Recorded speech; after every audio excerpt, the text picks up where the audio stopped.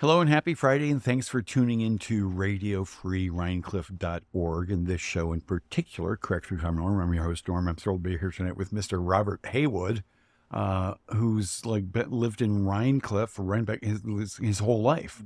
And before we went on air, we were talking about Rhinecliff back in the day, and we were sitting outside the Epicurean, the fabulous place that hosts the studio for this station. You were telling me about Patty's. Yeah. Which was a bar where the post office now is. Right, which most people probably couldn't even imagine. As we sat there too, I realized as I was growing up, this area was really the hub of the activity of our lives as we were growing up. And there was Patty's Bar, which of course we weren't patrons. And this building was the Stoll's grocery store where we got most of our groceries. Right. And then Marion Conklin's Sugar Bowl was up on the right. And then of course the library that was run by Maud and Al Ziegerbreyer. Maud and Alice? Maud and Al Ziegerbreyer. Oh. And they were like Norman Rockwell characters. They were great. So amazing. And what was the Sugar Bowl? Okay, that was just a place for people would pick up their daily paper, maybe a soda, an ice cream, or penny candy. Cigarettes? Milk. Milk. Yeah, just, like maybe little local 7-Eleven or something like that. A little bit like the Epicurean is now. But it was right there, so most people would stop on their way home from work or getting off the school bus. And did the school bus drop you there? Or did it take you further up the hill? It took me further up, but there was a stop here. Okay. Yeah. And were you allowed to get off early? I think we could do that. I don't think there was much concern about that. Or you'd go home and then come back, bike right. or walk back down. Exactly, yeah. And what would you get? What was your purchase at the Sugar Bowl? It was usually a big deal. Maybe a Hershey bar or a peanut butter cup, ice cream if it were, a big day. Yeah, I love that. And so, what year did you graduate Rhinebeck High? In 1974. Okay. Yeah. So you were a kid here in the 60s. Correct, yeah. And were there lots of other kids around Rhinecliff? Yeah, there was. And we had a smaller group of people, but it was pretty much it. There really wasn't a lot of interaction with, other than school, with kids in Rhinebeck. And of course, there was a whole dock rat dynamic too. Dock rat? We were known as the Dock Rats. And right? And what were those kids known as? I think nothing with their names. Right. Right. And so was it, were you looked down upon by the named kids as a dock rat? Or? Not really. I would say not by peers, but there was definitely a feeling that you had that Rhinecliff was the other side of the tracks, that it was really, not so desirable. Right. But not personally, not by any friends, but in general, maybe conversations, people would joke about it. But I think, there was a feeling that was attached to that maybe it was. And did it seem like sort of a lower echelon in the social strata of the times? Not with people, but I think with economically. Yeah. Working class, middle class, yeah. Right. Pretty much, right. Huh. Very interesting. Mm-hmm. And so your folks lived here. Did your grandparents live here? Yes. So my parents and my paternal grandparents and my paternal great-grandparents lived here. Wow. Yeah. And where did they all come from? How did they end up here? So my great-grandparents, I think, were, American-born on my father's side. Yes, I'm not sure how they initially got here, other than my great-grandfather worked on the Morton estate. He was an electrician, and that was during the time that Levi P. Morton lived there. And he had the cattle farm, and my great-grandfather really equipped it with electricity, which I think was one of the first cattle farms in the country that had been electrified in that way. Huh. So the Morton estate was sort of the hub of my family's life for generations. So then when my grandfather also worked on the estate, and my father's family had a house there. So my father grew up on the estate and also worked there as a kid. And that's nice. Right. And he worked there as an electrician or a caretaker, just sort of jack of all trades? So my grandfather was sort of a jack of all trades. I think he did some electric work and plumbing. My father really worked there as a kid. And at that time, the vice president had passed away and his sisters had the house. So he did, yard work for them, weeding and that sort of thing. Right. But there was always that, for many generations, a family connection to the Morton estate. And when did that connection end? Um, probably sometime I would say maybe in the late 1930s. Okay. Yeah. So that's family lore. You didn't have a personal connection, Not myself. No, it was just all through the family. or Right. your folks. Right. Right, But but it sort of like filters down. it So, does. there's this story in this special magical place. Right. Right. And And and yeah. have you toured it? Have you spent much time there? Not really. Of course, because the mansion is gone now, so I think that's why a lot of people in the community really can't identify with it. Right. And I was too young to remember that. I think at some point the family turned the estate over to Catholic Charities, Okay. or maybe Cardinal Farley Military Academy. I think went in there initially, and then later years it became Holy Cross, Okay. the drug rehab place. Right. What a beautiful sight Oh, that is. absolutely right. It's just ridiculously Right. gorgeous sight. Yeah, it sure is. Huh. And so do you go there now? I go there once in a while just to look out Yeah, at the river. I have, and I've walked around. I can find the foundation of the house where my father grew up on the estate. Oh, nice. Where his family lived. So yeah, so there were all sorts of stories. I heard growing up about, the vice president and his family, and Right. my father maintained a nice connection down the road with Daisy Sookley. Oh, And, nice. and they had a lifelong friendship.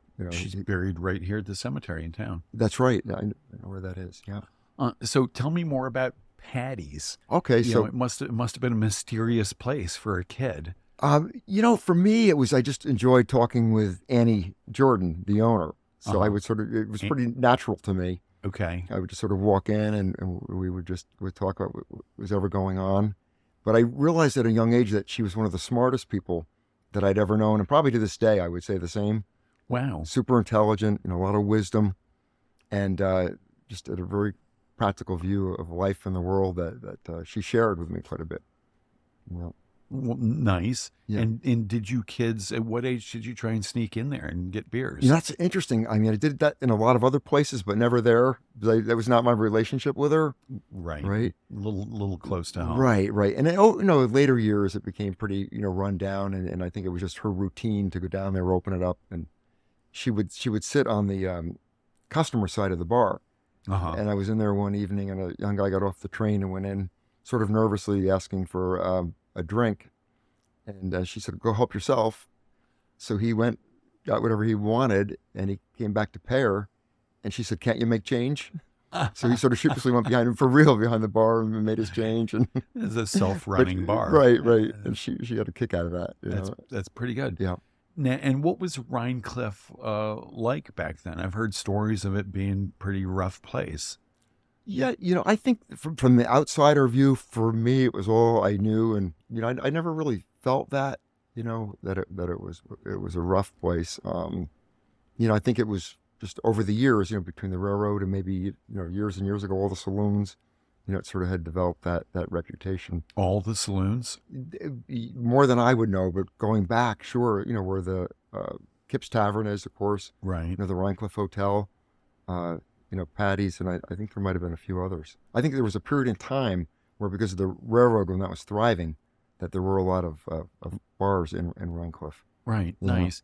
And did you have siblings? Yes, older brother Don and a younger sister Sharon. So there were three of us. Oh, nice. And are they still around? My brother Don is in Rhinebeck, and my sister lives in New Jersey. Okay. Yeah.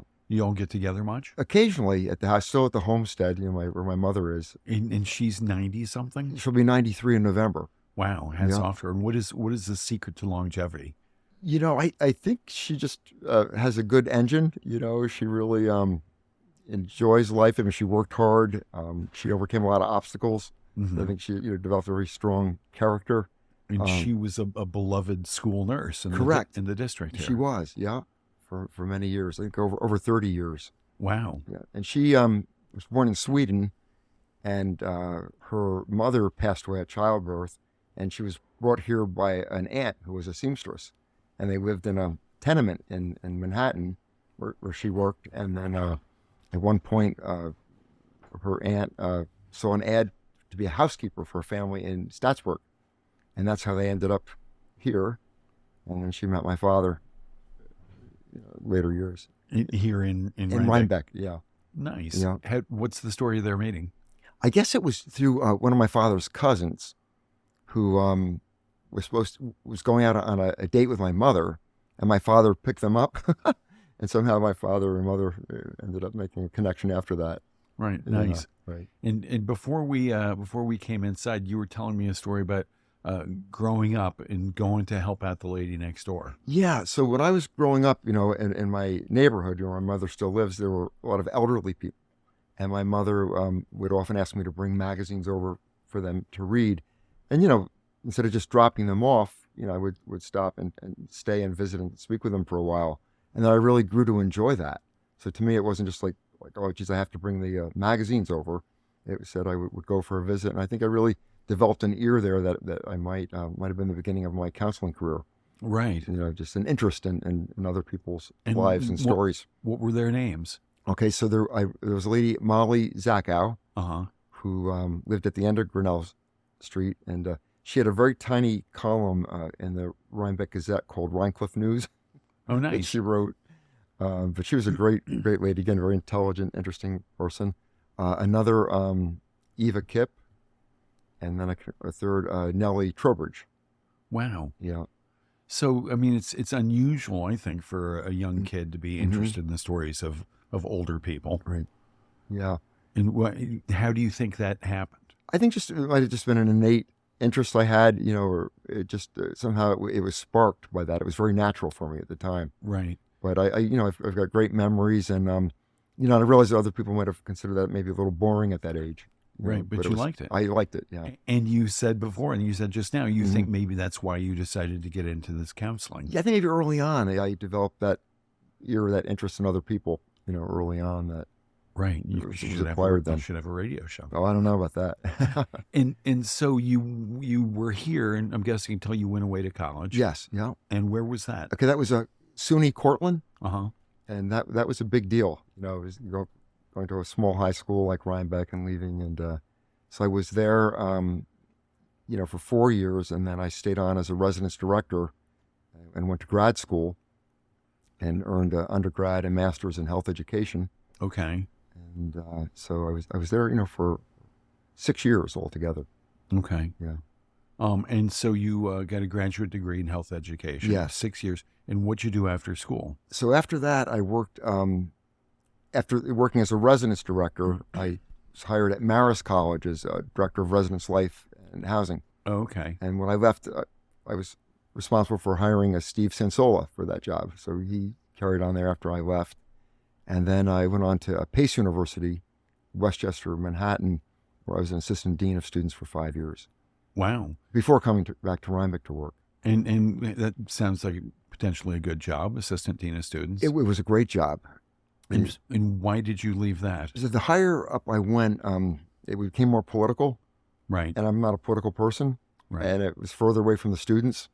So that, though I enjoyed the job and the people, I didn't enjoy the politics. Right. And so then I went back to school for the counseling degree at Long Island University. Okay. And then Rhinebeck. But you'd had some experience in schools and colleges. Right. But you hadn't done any teaching.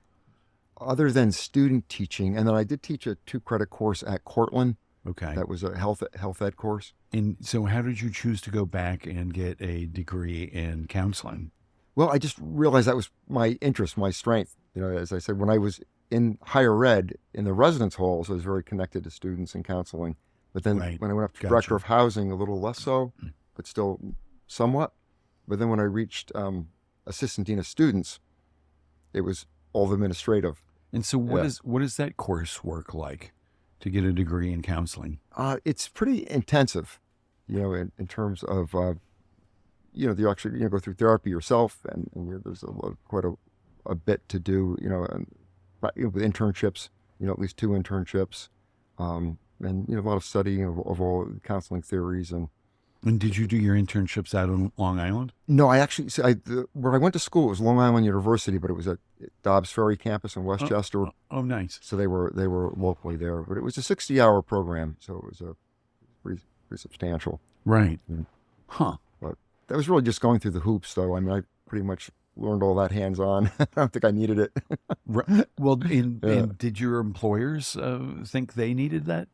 They needed somebody who had those degrees? Yeah, state ed requires that for high school counseling. Yeah. Okay. So you have to have that level of certification in So counseling. So you finished that degree, and you've got that in hand. Now you want to get a job. Right. Did you know you wanted to come back here? No, but there was just an opening at the time, and I went in Rhinebeck.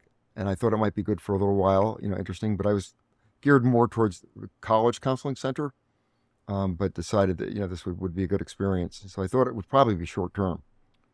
Because you wanted to deal with older Right. I older thought I'd go back to students. the college level. And so how many years did you do it before you thought, you know what, this is really it? Yeah, it didn't take long. I'd say two or 3 years in, it was pretty clear. Uh-huh. Yeah. And you've been doing it now for like 30 some years. 34 years. Amazing. Yeah. When does a guidance counselor retire? They can't. They don't. Yeah. Yeah. And not allowed. Right. Yeah. That's good. So Yeah. you love your work. I do. Yeah. That's great. It's great Now- work. Now, I asked everybody about you before to see if I could get any stories, and I asked my kids. They all said, one of them, Alice, who's tough on everybody. She says, love him, super nice guy. Oh. And my boy Moss said yes, he was definitely a really super nice guy. Oh. And everybody I asked Nice to says hear. the same thing. You're very, very well loved here in the community. That's nice to hear. Somebody told me to ask you about a streaking incident. Oh, no. In high school. Yeah. Yeah. What was that all about? It's true, and it was probably 1974 during the whole height of that. of the Right. streaking. Yeah. Which was a bizarre time in our history. Yeah, but it was fun too. It was. But it never really resuscitated. That No. does not come back Right. in any meaningful way. What was sort of neat about that, this was all happening on a national stage, and we sort of brought it to the local stage in Rhinebeck, and it was sort of a neat thing. And where'd you streak? Let's see. The first time, I probably shouldn't mention names, so I won't For do that. younger listeners, Yeah, that's, right. that's when you take out off all your clothes and run Oh, across a public. So that place. retirement question, it was through the Yeah, you can pass. That's right. No, it was an innocent time. It was a different time. Through the Beekman Arms, through Bob's Tavern. Through the Beekman Arms. It was a patio, though. It was an open Okay. area. Yeah. And with other friends? Yes. Yeah. That's just Right. hilarious. Right. Yeah. And somebody said you were quite a prankster in high school. I would say that's true. And are you still? Yeah. Yeah. I think it's just a sense of humor. That's part of my Right. personality. I love that. Yeah. We got to hang out. I want to take Mhm. notes on you. And one other story, I'm trying to remember who gave up all Mhm. this information. Yeah, I'd like to know too. Christmas tree resighting. Oh, that's a good one. Yeah. From you want to tell that story? Sure, it's a nice story. So that was during the 70s, during the energy crisis. Right. It was during a time when people were cutting back on electricity, and there was a lot going on with that. And for years, there was a Christmas tree. It's back again in the memorial here. And that year, for the first time, it didn't exist because of the electricity. So Marion Conklin, who normally collected money for that all year, and she would run the cord out from her store, and then it was an expense, money she didn't have. People paid her through these donations. So every year she was really the person who supplied the electricity for the tree. But I guess there was some local edict that year that couldn't happen. It wasn't going to happen. And Annie Jordan was upset by that, and she just thought it was a shame that wasn't the case. So we had a Christmas dance at the time at school, and I remember there was a tree that after the dance we had put out in the back of the building. So we had the idea to go up and get the tree, and we did, and we came back, and it was late at night, maybe around midnight, and we set it up in the memorial and decorated it, and then got her attention and sang Christmas carols to her. And she never forgot that. So she had her tree, so she never went a year without it. Wait, where did the tree come from? Where was it? We'd had it for a Christmas ball at the school, a dance. Oh, I see. So that the dance was over, and so the tree was outside of the building. Okay. So we went to pick it up, and then we decorated it, and it was really nice. I mean, all those that were part of that will never forget it. Because Right. I could still see her in the window, looking out, And this is the post office building. Right, right. She lived above it. Right. Right. And so did you kids hang out down here in this sort of triangle? I would say quite a bit. Uh-huh. The library was the main place for recreation. For pool. And did you swim in the river? I didn't. No, but not many people swam in the river during that time. I think earlier it was more so because they thought it was polluted. Yeah, I mean, there was a time with the PCBs, and it really wasn't very clean until Pete Seeger started to turn that around. Right. From what I could see, but no, there really wasn't swimming. Right. At that point. Gotcha. Yeah. And so what else did you all do for fun? A lot of bike riding, games in the yard, just Right. sitting around talking, and things that we would invent ourselves. Yeah. But it was a good childhood with a lot of good memories, but Yeah. pretty innocent, pretty sheltered, and a lot of fun. That's what I'm imagining. Yeah. And do you think kids today around here are having similar sorts of childhoods? Not similar, but I think really good ones. Right. Yeah. I always like to connect with students who are from Rhinecliff. We like to talk about what's going on here. Just teach them the secret Rhinecliff handshake. Right. Oh, yeah, I don't know that, but I'm trying to imagine the major differences between them now with kids. And the first thing that comes to mind is, they all have these phones. Yeah. These like powerful computers in their hands. Right. Now that's a definite start of it, where that it's a bit more isolated that way. I mean, they're connecting with one another, but maybe not so much in a community physically. Although, I see a lot of activities at the library, and I know a lot of students who are involved in a lot of community events, volunteering and activities. I think what might be different is the play, sort of that day-to-day activity after school or summertime. Right. Was a little more, was 100% informal back then. Right. Where today things were scheduled and more activities. Right. Which is all good. We never had play dates. Right. All that sort of You'd thing. bike over to your buddy's house. Right. That's really what would happen. And your buddy never had any plans. Right. So you just sort of hung out. It's not like they had a play date with somebody else. Right. Well, it's true. It was interesting. Yeah. Huh. So what are the issues that kids are dealing with when they come in to see you? Yeah, I'd say, though we're a small community, it's the whole range of any, personal or social issue you'd find in any school in the country. Right. So it has to do with everything, with, family issues, interpersonal, a whole range, substance, sexuality, And do kids use you as sort of a therapist in a way? Or? I'd say more as a counselor, more for the everyday types of conversations and counselings. And then there's a point, where if the student needed more support, I would refer to the school psychologist, social worker, or somebody in the community. Okay. But really in terms of the day-to-day, absolutely. Right. I think there's a lot of comfort there, and it's pretty easy to come in and you talk. must have some kids who come in like often. I do.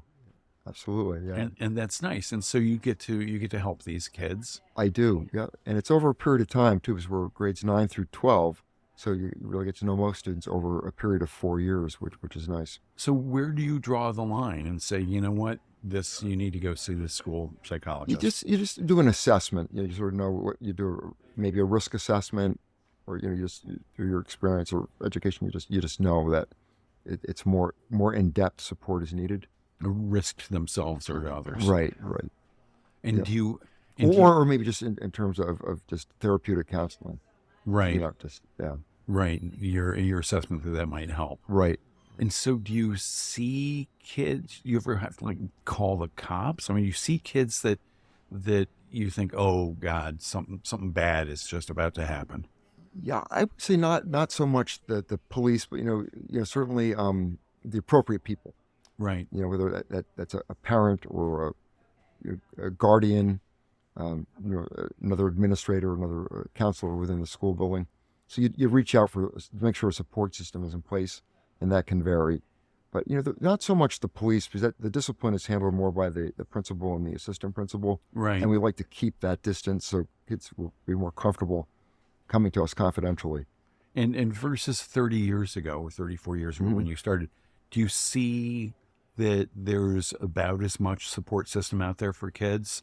Or is there more or less? I think there's much more, but it's very difficult to access it because they're busy. The therapists are very busy. It's hard for families to book appointments. So I think Right. we have more therapists in the community, but it's not easy to get an appointment. In family support, Uh, more or less. yeah, I'd say there's more. I mean, Astor Services does a great job there, and and I think there's more. I think there's a lot out there. There's just a great need for it. Right. So And it's and taxed. how has the school population changed in the last 30, 40 years? I mean, because you were there Yeah, 40 years ago. it's it's more diverse, certainly. Now that's hard to imagine. I Yeah, mean, because yeah, Rhinebeck is just famously not very right, diverse right. But it's more diverse than than it once right, was. right, exactly. Yeah. So that I would say. And again, I think it's not so much Rhinebeck, but just generational changes with kids. And Right. with earlier you mentioned cell phone and the computer And world. are there things, now that we're taking a Mhm. trip down memory lane, Hmm. that once were around that you really miss, that you wish were still around for the kids today? Yeah, I wish they could have some of those connections with the old timers, the interpersonal with older people. Isn't that funny? That would be something I think would really be that they would enjoy and would learn a lot from. And are there programs in school that help those connections happen? I mean, I know kids have to do a certain amount of public service. Yeah, I think that there's some of that, but then COVID unfortunately shut a lot of that down too. Where maybe Right. students were volunteering in a nursing home, but I think more importantly, it just doesn't happen naturally. That's the shame. I don't think students really have the opportunity to interact, with elderly people in the community. I mean, I'm sure neighbors, Right. but I don't think. Even maybe their grandparents, not as Yeah, much as they once did. right. Sadly, right. Because I mean, you described growing up and the whole family's there. right, and the grandparents could be anywhere in the world, which. Huh. That's interesting. But I think it's those connections that I wish that they had a little more of, Right. other than their peers and their family, to get to know someone, maybe from a different background, different economic status, and Right. Now get to know them as now I'm- people. Yeah. And now I'm Yeah. thinking like, well, the Baptist home is there. There's other Hmm. homes around. Yeah, Maybe adopt a yeah. No, adopt a resident. right. It's true, and some kids do that. I mean, I know they do visit, but I just don't think to the extent where they're able to develop relationships. Yeah. That might last longer than one or two visits. Yeah, it would be beneficial. I mean, you Right. learn so much from people who've been through it. Absolutely. Yeah. Yeah. Huh. Yeah. And are there, the flip side of the question, are there things that are still here that you thought would have like disappeared over the years? Some of the same furniture in the classrooms that a lot of that's going out the door now. Yeah, of course, the buildings that you see, the institutions like the fairground, that all of that. But in terms of traditions and all, I think a lot's changed there. I don't see as much of what I remember, Right. sort of growing up. And were you in that building when you were a kid? So I started out in the Buckley School, which is by the Catholic Church, Okay. and that was like K through 2, and then went to the high school for 3, 4th, and 5th grade, and then I was the first class that moved into Chancellor Okay. when the building opened, and then went back to the high school. Okay. And what grades was Chancellor at that point? I must have been 3 through 6. Oh, okay. Yeah. About what it is. Yeah, Close right. enough. Yeah, Nice. yeah. Yeah, it's a beautiful building, that high school. It is. The masonry is just Right. gorgeous. Yeah, when you stop to appreciate it, it is. It's similar to the post office and Yeah. other buildings constructed during that time. Yeah. Yeah. All right. Well, listen, as is the tradition here. I mean, Right. time's flying. You brought a cocktail for I us did. to enjoy I for did. Happy Friday. What'd you Happy bring? Friday. Just some Tito's vodka and some seltzer. All right. So pretty good. Well, simple. let's share it. But I thought the cups would be appropriate for the fall. The cups are really good. I got you some ice. Okay. Matt, you joining us? All right. Okay. That's nice. So is your mom listening, do you think? Not at the moment, but she will. Right. Yeah. I love that. So does she have a computer? Does she use her computer? She has yes, she has a laptop. Smartphone? Not the phone, but the computer. And she's good enough at that, I'm guessing. She is. It can be a little challenging at times, but she communicates, with her grandchildren and friends fairly well. Yeah. I love that. How many grandkids does she have? 3. And they were all here actually today to visit her. Oh, nice. And, one more. Matt's sure. gonna Oh, join gosh, us, good, that's good. okay. And one great granddaughter and another on the way. Great granddaughter. Oh, my goodness. Yeah. And you must be like the popular uncle. Pretty much. Right? I'd say we both are, but yeah. Yeah. All right, good. There goes the Tito's. And now what? Should I open one of these? Sure. Yeah. Sparkling seltzer. Right. Here, I'll let you do. Wow, the I get the honors. All right. Yeah. Thank you, Matt. One for you. I think 3 more. One for me. This one's yours, I think. Okay. Thanks. Yeah. Well, cheers, Cheers, Robert Heywood. yeah, Thank you so much for coming in. Nice Happy conversation. Friday to everybody who might be joining us at home. Great. Now, later on up the hill at the Morton Library is a concert. I heard. It starts at 6 p.m. Yeah. And there's still seats, and you can go pay at the door. I'm going to go. Nice. And check it out. So you're not living in Rhinecliff now. You're a Flatlander. Correct. Yeah. So, And did people ever call it that back in the day? I've heard the term, but I really never understood geographically, or what that really meant. Right. Yeah. Well, it's kind of hilly here down in Yeah. Rhinecliff, and it's pretty flat up in the village. All right. So that's pretty simple. Then I never put that together. And how long have you? And you live in the village? I do. There. Yeah. How long have you been there? So the current house since 2017, and then prior to that, I lived in Milan out on Willow Glen Road, which was beautiful. Oh, nice. For 12 years. It's such a gorgeous area. Oh, it is. Yeah. And did you ever consider like moving away from here? I'm sure there were considerations, but I, the way things worked out, I chose to stay. Right. Yeah. Right. Any regrets? No, No, not at all. No. It's such a gorgeous, Great. gorgeous place. Absolutely. So people wrote in a whole bunch of questions, and I'm going to go through some of them now, if that's okay. Yeah, of course.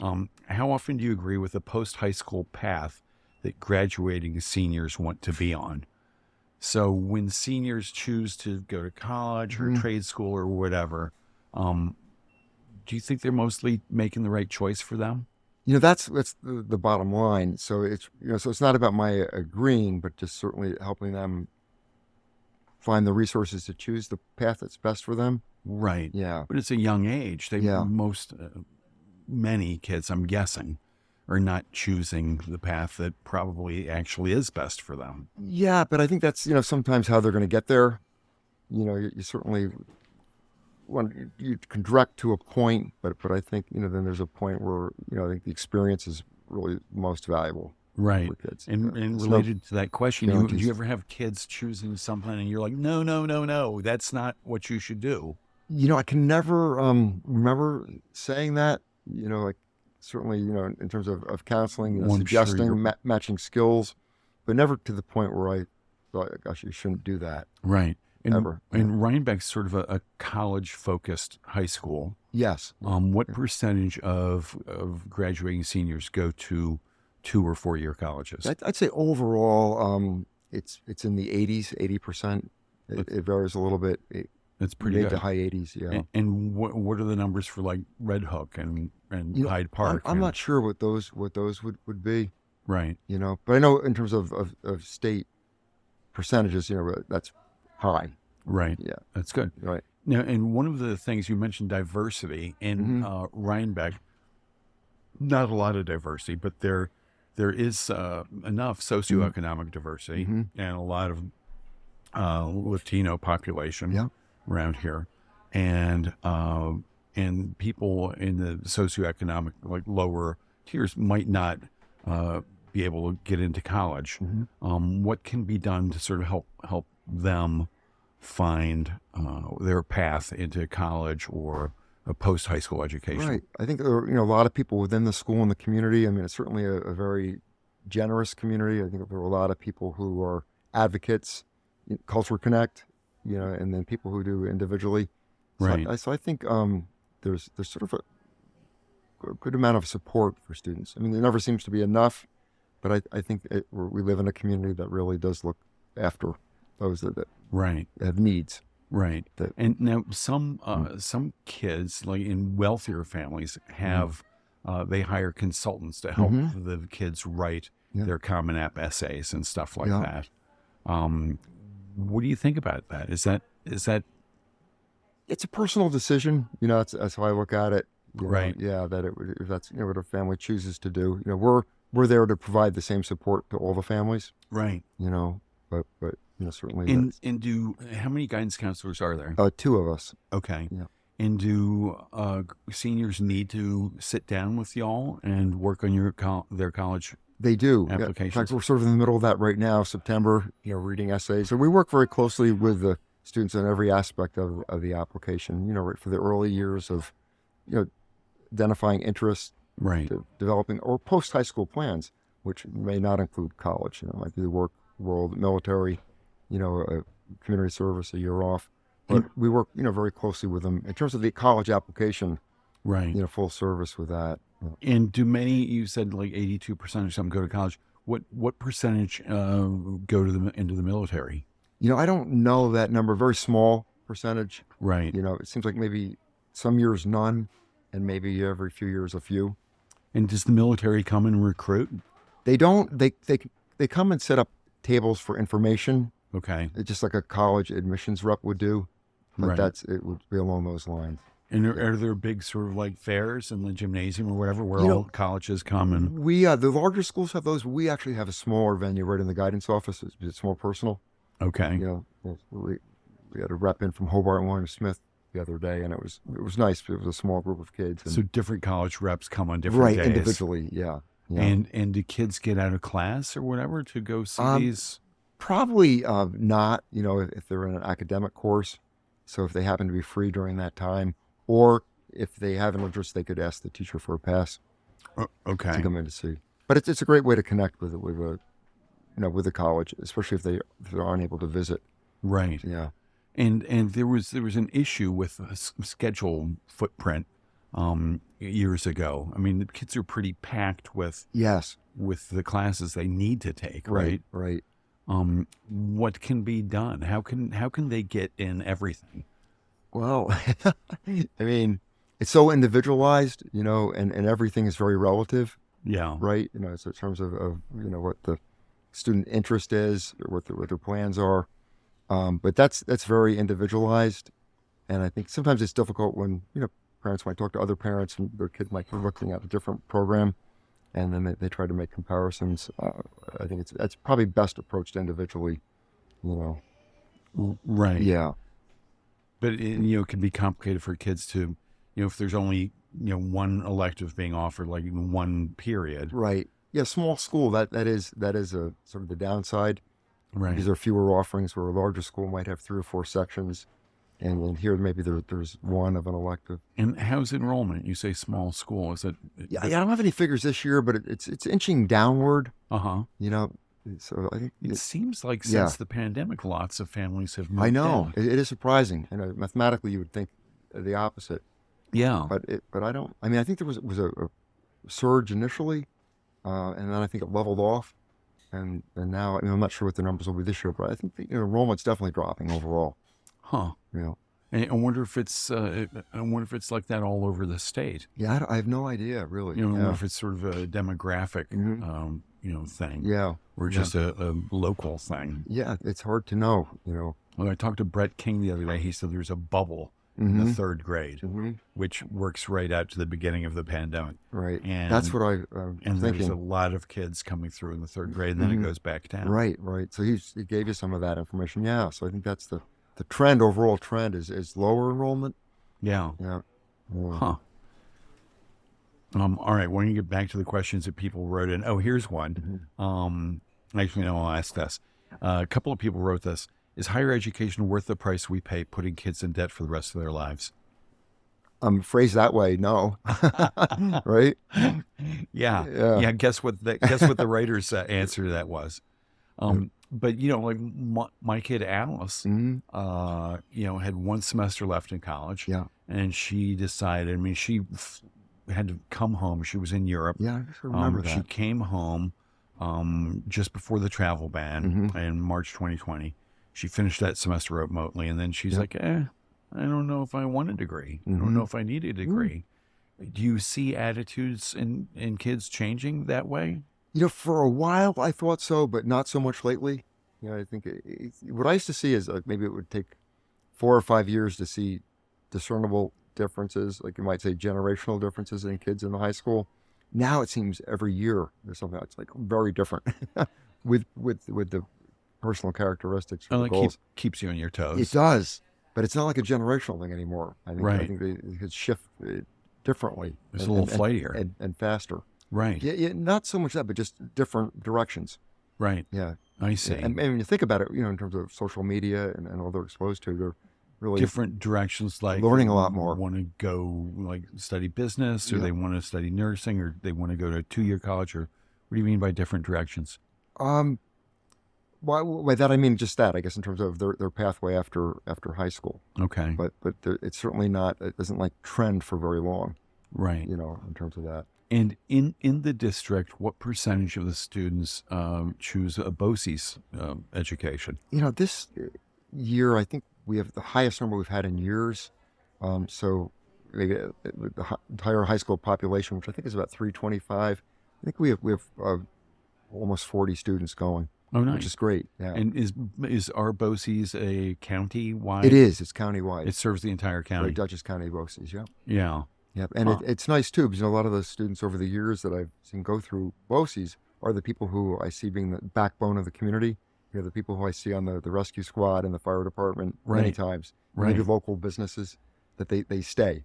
Oh, that's nice. Yeah. So you end up seeing them. Yeah. And you'll still be their counselor, their guidance counselor, after they go to BOCES? Yes, we keep that connection all the way through.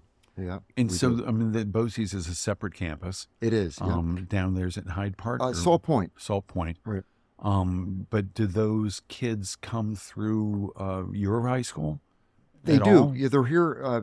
The students go in their junior and senior year. Okay. So in the junior year, which would be the first year of their program, whether it's welding or nursing or whatever it is they choose, they'll go in the afternoon, have their academic classes in the morning at the high school. Okay. In the senior year, which is sort of their capping course, it'll reverse. They'll be at the high school in the afternoon, do their BOCES in the morning. So it's a 2-year program, half day actually. Nice.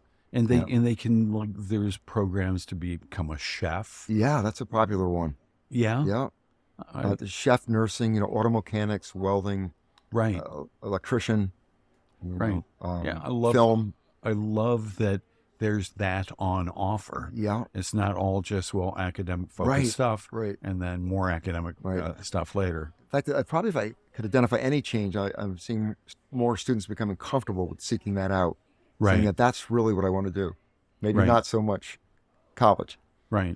I tried to talk my boy into it. Yeah. He loved working with his hands. Right. He loved fixing things. Yeah. And loved computer, making robotic things.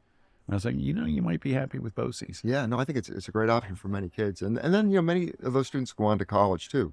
Yeah. I had a student this week who's in the welding program at BOCES and is interested in attending SUNY Alfred for their welding program.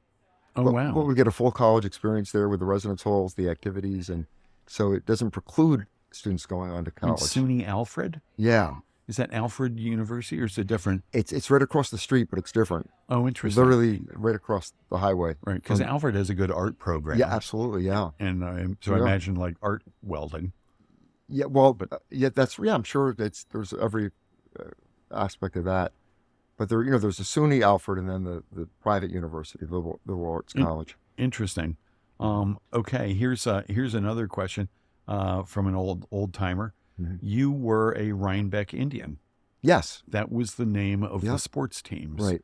Do you like that they changed it to Hawks? Yeah, times change, and I think that we're living at a different time, and that's what I think. It's absolutely fine. I mean, at the time I was growing up, there was no negatives with that. I mean, no. Someone had to sort of introduce that idea to me that it was offensive, but which I can understand. When we get older and you think about it, because that's part of your job is empathy. Right, but growing up, it was really it was the mascot, and it was always at that time respectful, and that was just sort of the history of the area in the school. But times change and then awareness improves, and Right. that's People a good thing. More sensitive. It's Right. not a bad thing. No. It's rarely a bad thing. That's for sure. Okay, here's a question. How he's seen expectations of high school students change over the years. I think he was very alert to how much pressure kids are under now to succeed and achieve. Yeah. Do you see that the kids are living with different expectations now than they were when you started 30 years ago? I do. Yeah. There's much more pressure, and many times it's self-imposed, or kids, for really good motivation, you're wanting to do well, wanting to be successful, wanting to have good options. But I am concerned about the amount of pressure that some students do place on themselves academically.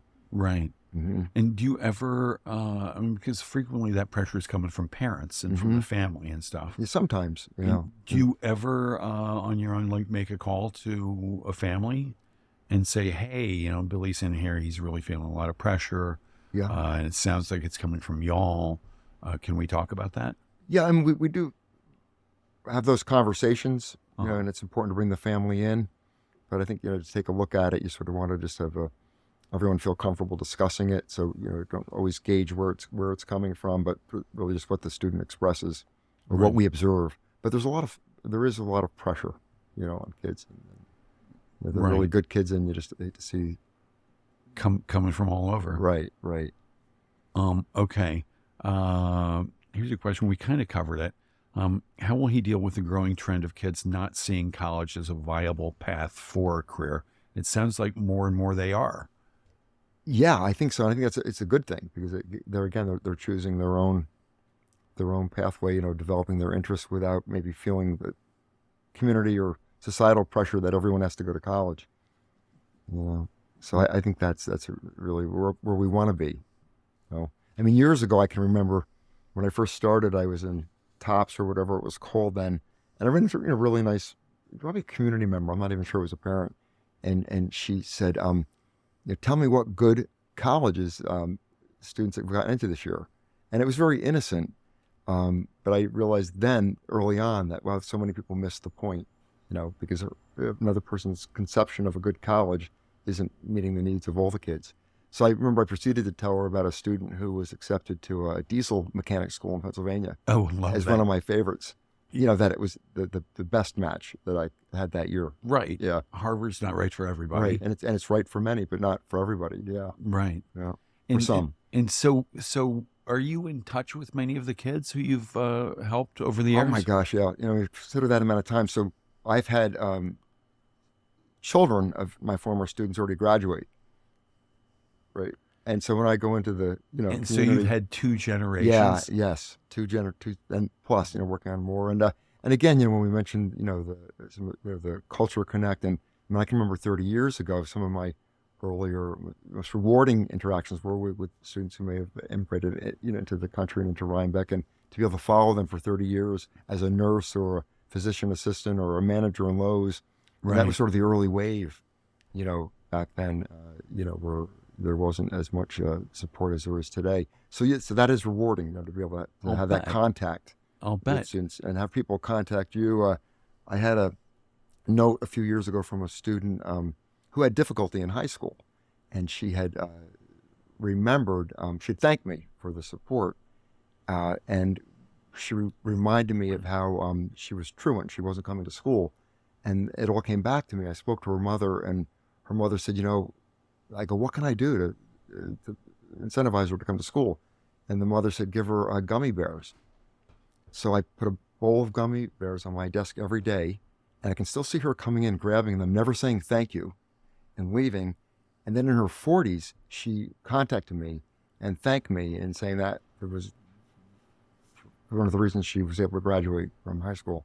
So things that at the time each day seemed very inconsequential, right, are far from that. Tiny, and it's the smallest things. That's what I've learned things in my career. But also what's amazing is that her mom nailed it. Yeah, she did, right? Gummy bears. Gummy I don't know, I bears. just give her some gummy bears. And then, to have that come back, that appreciation so many decades later. Right. Which really stopped me in my tracks. And, it's not the big things. It's those everyday moments, that are either opportunities or lost opportunities. Right, or tiny little acts of kindness. Right. that people remember all those years later. Right, exactly. Yeah. And do you still have gummy bears in your desk? No. When she graduated, you stopped getting gummy bears? I think so. I think that was a one-time deal. Yeah. I love that. That's such a fabulous story. Yeah, it really is. Yeah. So you get emails from old past students. I do. Yeah. Run into people. And I'm guessing that some of them are like 50 something by now. Yeah. I mean, it seems almost every day there's a phone call, and sometimes it's for a transcript, but sometimes, just a person reaching out to make a connection. Yeah. That happens frequently. Well, how very satisfying that must be. It's nice, So, and it really is. It's rewarding. And sometimes, it can even be traveling, something like that too, which is fun. You can run into someone unexpectedly somewhere. But then also, I mean, you mentioned Tops. I mean, you shop there, I'm guessing. I do, pretty much, yeah. Is it sometimes frustrating getting like sidelined by parents all the time? Like, hey, can I talk to you about colleges? Can I talk to you about this? I mean, I say that, but in actuality, I enjoy it. Oh, right. I was there with someone once who was observing it, and then they sort of complained a little bit, and she said, "Don't give me that. You bring that on. You." It's sort of true. Yeah. So I mean, I love that. That's funny. I enjoy it. Yeah, and I asked this because a friend was a teacher over in Woodstock area, and I saw her in Tops here. I'm like, "What the hell are you doing?" She said, "It takes forever to shop over there. Yeah. It takes forever because all the parents all the time stopping and asking questions." Right. I mean, there are some days, you're right, where every time you turn a corner. Love that. Yeah. All right. Somebody else says, make him tell you more stories about the characters who lived in Rhinecliff back in the day. Yeah, I mean, there were so many, and they're just great memories. What I'd say, and generally speaking, like sort of the salt of the earth people. I can remember, a woman who I really loved dearly, Janet Dolly Cutler, and she was really well known, really, tough, had a hard life, sort of like Rosie the Riveter. She worked at a factory in Poughkeepsie, but again, just sort of very strong-willed, but a character for sure. But just a person that I really grew to appreciate. And in fact, she was the person early in my life that made me appreciate the memorial here that we drive by every day, right? Yeah. And she would say, "Well, my kid brother is there." His name was Hoffman, and he was, I think, just 18, and he died at Normandy. Yes. And to a lot of people, right? It's a memorial. You think of it, what's the story? But I can still hear her saying that was my kid brother. Right. And she remembered the day her mother got the letter that he had passed away. It really brings it to life, right? It does. And that's why, again, times change and it's not deliberate, but, growing up, that you would never, ever think to ride your bike there or park a car. There was no need for signs. Or to take a moment and reflect. Right. And then when the signs first went up, no parking, and it wasn't deliberate. I mean, it was, it meant anything by it, but it sort of resonated with me. Wow. I mean, that's, when I was growing up, I would never, ever think to park a car there. It was sort of a local thing out of respect. And, and it's not, and it was never done with disrespect in later years. It was just a changing sensibility. And an obliviousness. Yeah, just with, right. Huh. But not deliberate. Well, so we were just talking about all the kids who write to you now, reach out 20, 30, 40 years later. Who were the people in your life who had that kind of influence and who you reached out to 20 or 30 years later? I'd say, again, there was a lot of support that we've discussed within the community. And then in the high school, I would say teachers. There were certain teachers that I connected with, I think, that were very supportive. But back then, too, remember, there really wasn't a lot of interchange. The teachers were pretty much teaching, right? And you had an association maybe as a coach or through an activity, right? But maybe not so much in terms of like a mentorship capacity. But I'd say that I was positively influenced by many of my teachers at Rhinebeck High School, who a lot of them were characters too. Oh yeah, yeah. Back then, that's just amazing to have been in that high school for all those years. I know, yeah. And how many principals during your tenure? You mean currently or when I was a student? Over those 30, 40 years. Gosh, I'm not counting every name, but I'd probably say 6 or 7. Right. Yeah.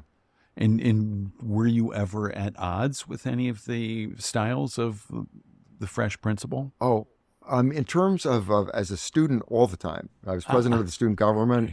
we were very active, in the school.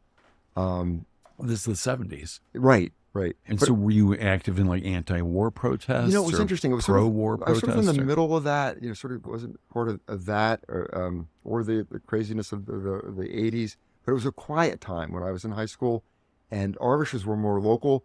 I mean, we probably should have been more engaged, but I think we were insulated. Right. So we were dealing. We sort of it was a nice time in that regard, because it was fairly quiet here. It was sort of a very sort of gentle, peaceful time Right. within the community. So I think our involvement really was within the school was the hub of the activities, in the high school years. Right. So I think that's where. And there's some benefits to children, I imagine, of like growing up very insulated from the ups and downs of the world. Yeah. There's also some dangers. Right. What do you and the kids are still pretty insulated. Right. What does the school district do to help them really get exposed and less insulated? Yeah. So it's not culture shock when they go out into the real world. Right. I think it's a lot of that is done really well by families in terms of maybe traveling if families can do that, or through summer enrichment programs that might be on a college campus where there's a more diverse group of students. So I think the students, for the most part, do get out and around out of Rhinebeck a little more these days. And Right. in school, I can't think so much. We probably should do more along those lines. I mean, our staff should be more diverse, than it is. I feel. Right. Yeah. Yeah, I'm not really. I'm not. I don't have a handle on how Mhm. diverse or not Mhm. diverse the staff is. Yeah. I've got a hunch that it sort of reflects the population Right. of the students. Right. Yeah. So I think that would help in a very natural way. And is that a priority for the district? I should ask Albert this. Yeah, I would bet it is. I mean, I would hope so. I would like to think so. But it's definitely, I think, is something that should be looked at. And so, are you involved in any of these sorts of bigger philosophical questions? Not so much anymore. Right. There's a lot of committees, a lot of really big committees, Right. right, that people are on, and I think and a lot of that is good because the community has a lot of input and parents, but they're large, Right. and it's sometimes I think a little frustrating to see movement, when there's so many well-intentioned people, and they eventually get there, but it takes a lot of time. I Yeah. think at times. Well, And it's probably better than just a few people making decisions too. yeah, for sure. It probably takes a little bit longer with the Right. big So committee. it's worth the patience. But it's Yeah. nice for voices to be Right. heard. Right.